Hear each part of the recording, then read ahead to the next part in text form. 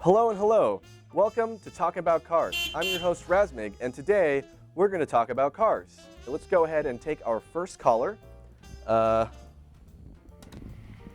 You're on Talk About Cars.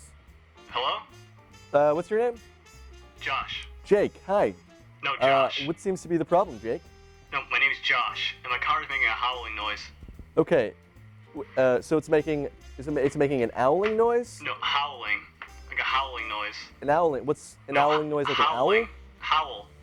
Like howl. I'm sorry. Are you saying owl or howl? Howl. I'm saying howl. Like a No. howl? Howl. Sorry, I can't. Howl. It's a howl Can you noise. spell it, maybe? H-O-W-L. Howl? Come on. All right, here, why don't you just make the noise with your mouth, if that's possible? Fine.